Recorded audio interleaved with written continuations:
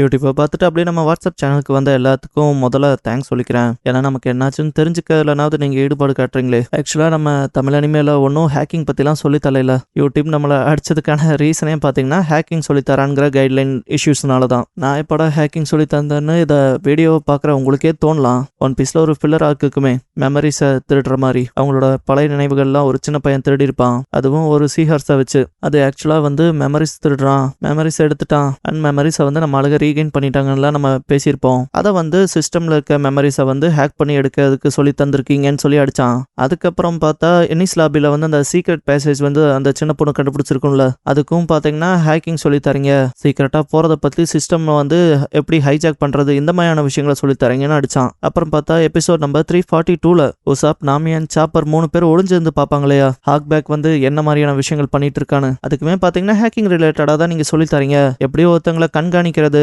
அவங்க விருப்பமே இல்லாமல் எப்படி அவங்கள பார்க்கறதுங்கிற மாதிரி சொல்லி கொடுக்குறீங்கன்னு சொல்லி அடிச்சானுங்க. ஆக்சுவலாக எனக்கே புரியல, அனிமே எக்ஸ்பிளனேஷன் தானே தெளிவாக போடுறோம். அண்ட் ஆல்சோ ஒன் பீஸ்ங்கிறது ஒரு அனிமே, அதை நம்ம ஜஸ்ட் எக்ஸ்பிளைன் பண்ணி போடுறவங்க தான் டைட்டிலையும் கொடுத்துருக்கோம், டிஸ்கிரிப்ஷன்லையும் கொடுத்துருக்கோம். இவ்வளோ விஷயங்கள் தெளிவாக பண்ணி ஏதோ சிஸ்டம் எடுத்துட்டு வந்து நான் எப்படி இன்னொருத்தனை ஹேக் பண்ணுறது, அவன் சிஸ்டம்குள்ளே பெனட்ரேட் பண்ணி அவனோட கேமரா மூலமாக பார்க்கறது, அவனோட மெமரிஸை திருடுனதுன்னு சொல்லி கொடுக்குறேங்கிற மாதிரி போட்டு அடிச்சிருக்கானுங்க. ஆனால் போன தடவை கூட காப்பிரைட் ஸ்ட்ரைக் இஷ்யூ வந்து சேனல் போச்சு.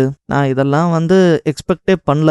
அப்புறம் அதுதான் தமிழ் அனிமேல இப்போ இருக்க பிரச்சனை. இதுக்கப்புறம் தமிழ் அனிமே 2.0 வழக்கம் போல் வீடியோஸ் வரும். தமிழ் அனிமேன்னு நம்ம இருந்த சேனலை ரினியூ பண்ண போகிறோம். அதில் பார்த்தீங்கன்னா கம்ப்ளீட்டாக இசக்காய் வீடியோஸ் வரும். நீங்கள் தொடர்ந்து உங்களோட சப்போர்ட் எனக்கு தருவீங்கன்னு நம்புகிறேன். Thank you and love you all.